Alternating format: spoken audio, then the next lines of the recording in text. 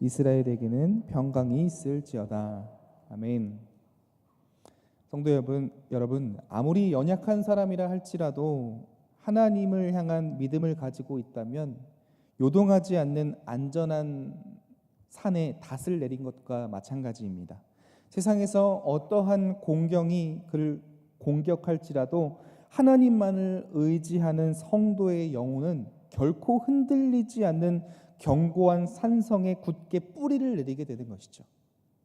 마치 주를 의지하는 자는 지진이 일어날 때에 단단한 산 위에 서 있는 사람과 같습니다. 온 땅이 흔들린다 할지라도 그는 흔들리지 않는 것이죠. 하나님의 말씀 안에 서서 절대로 요동하지가 않는 것입니다. 그 발 아래 확실한 기초가 한치의 흔들림 없이 받쳐주기 때문이죠. 이처럼 시편 125편은 우리를 향하여 희망의 메시지를 전하고 있습니다. 위로의 메시지를 전하고 있습니다.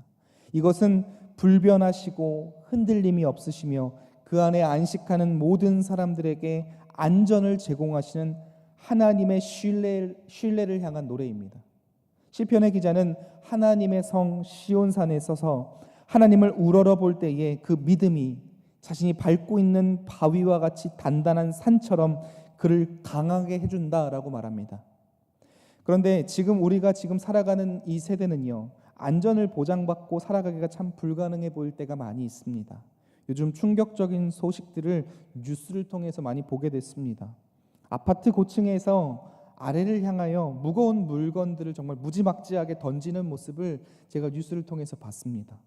아이들이 지나다니는 곳을 향하여 샷시라든지 정말 가전제품, 정말 무거운 물건들을 던지는데 정말 위험천만한 상황이 아닐 수 없죠.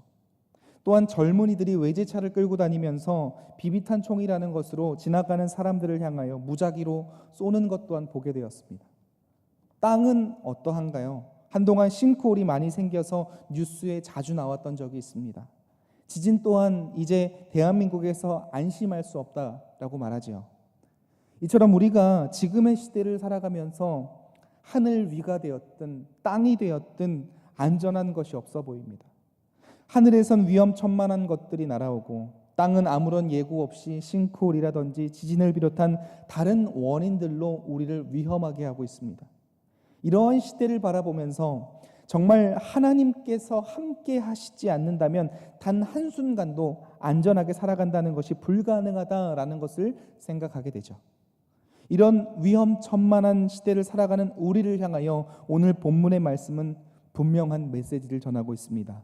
그것은 하나님께서 사랑하는 성도들을 지켜 보호하신다는 거예요. 이 사실을 믿으십니까? 오늘 말씀을 통하여 이 사실을 굳게 믿음으로 위로를 얻고 담대하게 살아가는 우리 모두가 되었으면 좋겠습니다. 그렇다면 구체적으로 하나님께서는 우리 성도를 어떻게 보호하실까요? 본문을 통하여 하나님께서 하나님의 자녀된 성도들을 어떻게 보호하시는지 깨닫고 은혜 받는 시간이 되길 축원합니다. 하나님은 성도가 영원히 멸망당할 죄를 짓지 못하게 하신다라고 말합니다. 우리 함께 1절과 2절 두 절의 말씀을 다시 한번 읽겠습니다. 여호와를 의지하는 자는 시온산이 흔들리지 아니하고 영원히 있음 같도다. 산들이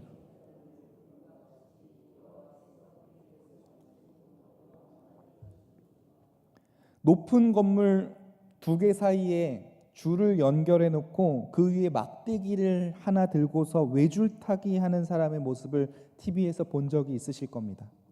정말 보면서 대단한 용기를 가졌다라는 생각과 동시에 조금이라도 발을 잘못 더디면 큰일 날 텐데 라는 마음, 정말 불안한 마음을 가지고서 보았던 기억이 납니다.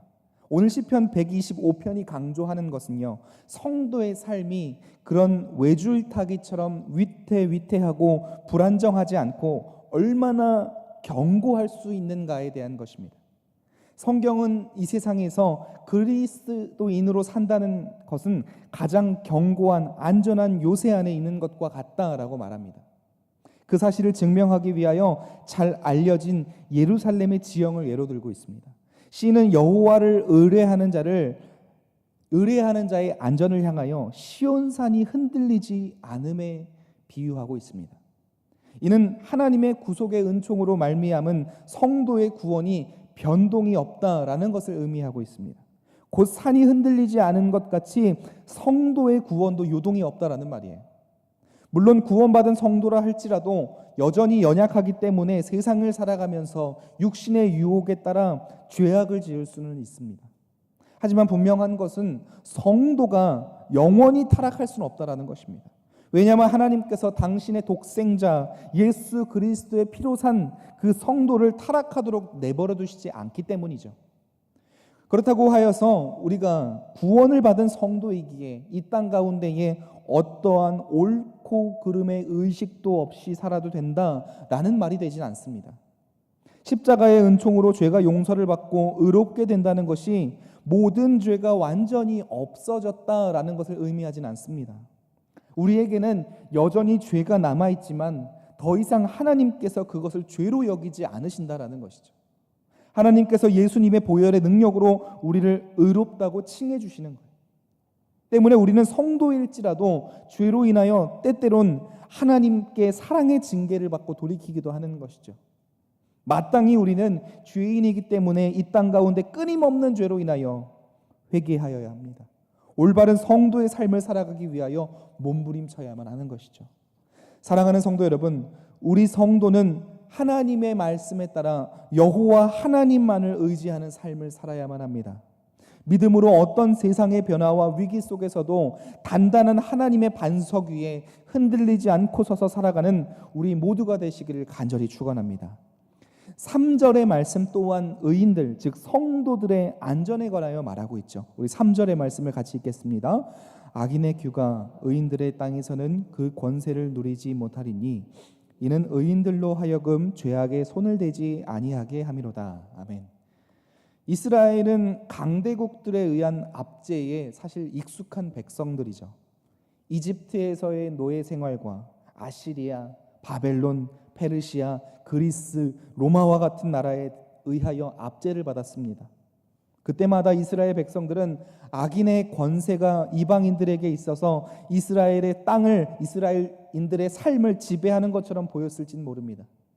그러나 성경을 통하여 하나님께서는 분명히 그렇지 않다라고 말씀하시죠.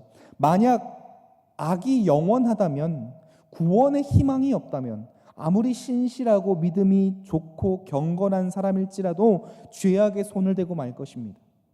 그러나 하나님께서는 그것을 허락하지 않으시는 거예요. 위험이나 어려움이나 압제가 믿음보다 더 강하게 나타날 일은 없을 것입니다. 성경을 보면 수없이 그것을 경험한 사람들이 나타나고 있지요. 시인은 하나님께서 악인의 권세가 결코 의인을 해치지 못하며 의인으로 하여금 죄악에서 떨어지지 않게 하신다라고 하였습니다. 이는 중생한 사람이 절대로 지옥 갈 죄를 지을 수 없다라는 것을 의미하죠. 다시 말하여 구원받은 성도는 하나님 앞에서 징계받을 죄는 지을 수 있어도 지옥에 갈 정도로 심각한 죄는 지을 수 없다라는 것을 의미합니다. 물론 그 이유는 하나님께서 의인을 악인에게 넘어가고 죄악에 떨어지는 것을 허용하시지 않기 때문입니다. 집에서 자녀가 말을 안 들으면 너는 이제 내 아들이 아니다, 너는 이제 내 딸이 아니다, 나가라, 이렇게 말할 수 있나요? 부모와 자녀의 끈을 놓을 수가 있겠습니까? 가족은 결코 그렇게 끊을 수가 있는 것이 아니죠. 우리는 하나님과 가족입니다. 주님 안에서 한 가족이 되었습니다. 그런데 그것을 사람들이 모르고 있는 거예요. 우리는 주님 안에서 믿음의 가족이기 때문에 그 가족 안에서 떠나갈 수가 없습니다. 성경 속에 믿음을 떠난 것처럼 보이는 사람들이 분명히 기록되어 있지요. 가룟 유다가 그러했고, 또한 바울의 편지에 나오는 믿음에 관하여 파선한 사람들이 그랬습니다. 하지만 요한 1서 2장 19절에 그런 사람들에 관하여 잘 설명되어 있어요. 그들이 우리에게서 나갔으나 우리에게서 속하지 아니하였나니 만일 우리에게 속하였더라면 우리와 함께 거하였으려니와 그들이 나간 것은 다 우리에게 속하지 아니함을 나타내려 함이니라. 성도 여러분, 우리가 구원의 확신을 가질 수 있는 것은 하나님께서 변치 않는 신실하신 분이기 때문에 그렇습니다. 우리가 천국문에 이르렀을 때 천국에 들어갈 수 있는 이유가 무엇이냐라고 물으신다면 성경에 약속되어 있다라고 말할 수 있습니다. 예수님을 믿으면 하나님의 자녀가 되는 특권을 받고 그 특권 중에 가장 중요한 것 하나가 영원한 천국에 들어가는 것이죠. 요한일서 5장 18절의 말씀이에요. 하나님께로부터 난 자는 다 범죄하지 아니하는 줄을 우리가 아노라. 하나님께로부터 나신 자가 그를 지키심에 악한 자가 그를 만지지도 못하느니라. 성도 여러분, 하나님께서 우리 성도들을 지키시고 가장 좋은 것을 주십니다. 하나님을 참으로 경외하며 의지하며 그의 계명에 순종하는 참된 이스라엘 백성들에게는, 우리들에게는 평안이 있을 것입니다. 악인에게는 평안이 없지만 의인에게는 평강이 넘쳐날 것입니다. 이 사실을 잊지 말고 큰 위로를 얻어 살아가는 우리 모두가 되시길 간절히 바랍니다. 또한 본문을 통하여 우리는 하나님께서 우리를 결국 선하게 이끄신다라는 것을 보게 돼요. 우리 함께 4절의 말씀을 같이 읽겠습니다. 여호와여, 선한 자들과 마음이 정직한 자들에게 선대하소서. 여기에서 선한 자들이나 정직한 자들은 하나님 앞에서 거짓되지 않고 신실하게 여호와 하나님을 의지하는 자를 말합니다. 그리고 여호와 하나님의 의를 행하기에 힘쓰는 자입니다. 시인은 하나님께서 의를 행하시고 하나님 앞에서 정직한 자에게 선을 행하신다라고 하셨습니다. 곧 하나님께서는 언제나 의인의 편에 서서 유익하게 역사하시는 거예요. 때론 의인이 고난을 받는 것처럼 나타나기도 하지만 그 어떤 경우라 할지라도 하나님의 사역은 선을 향하여 있습니다. 그래서 성도는 어떠한 조건 하에서도 하나님께 감사할 수가 있는 거예요. 사도 바울은 로마서 8장 26절에서 우리는 마땅히 기도할 바를 알지 못하나 오직 성령께서 말할 수 없는 탄식으로 우리를 위하여 친히 간구하신다라고 하였습니다.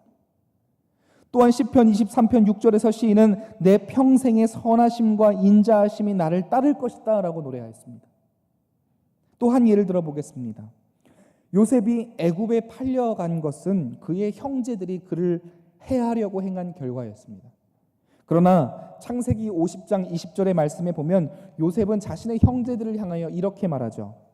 당신들은 나를 해하려 하였으나 하나님은 그것을 선으로 바꾸사 오늘과 같이 많은 백성의 생명을 구원하게 하시려 하셨나니.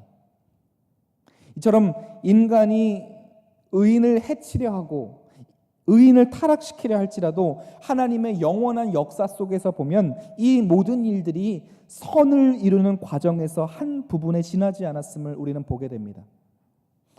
성도를 위한 하나님의 섭리는 부분적으로는 우여곡절을 겪는 것처럼 보일지라도 그 결과는 성도의 구원이며 영원한 평강인 거예요. 이 사실을 분명히 깨닫고 우리가 살아갈 때에 어떠한 세상적인 시험과 어려움일지라도 극복할 수 있는 힘과 위로가 되는 거예요. 그런즉 우리는 어떠한 위기의 상황에 처할지라도 오직 여호와 하나님만을 의지함으로 승리하는 삶을 살아야 할 것입니다. 오늘의 말씀을 정리합니다. 성도 여러분, 지금 어떠한 어려움 가운데 계시나요? 여러분들의 평강을 위협하는 불안한 환경은 무엇인가요? 하나님의 도우심이 필요한 감당하기 힘든 도전과 위협적인 문제 또는 임박한 위기는 무엇인가요? 지금 우리를 위협하는 것이 무엇이든 하나님께서는 그것보다 무한히 크심을 기억해야 합니다. 하나님께서는 성도들을 세상 끝날까지 함께 하시며 보호하실 거예요. 하나님께서는 그분을 믿는 모든 자들의 든든한 기초와 반석이 되십니다. 그래서 아무도 성도를 놓고서 사단과 송사할 수 없고 정죄할 수 없으며 그리스도의 사랑에서 끊을 수가 없는 거예요. 거친 세상일지라도 오직 하나님 안에서 안식하며 그분의 변치 않는 은혜를 의지하는 우리 복된 생애가 되어야 할 것입니다. 오늘 이 귀한 진리를 깨닫고 오직 여호와 하나님께 깊은 닻을 내리고 살아가는 성도의 삶을 살아가시길 간절히 축원합니다. 기도하겠습니다.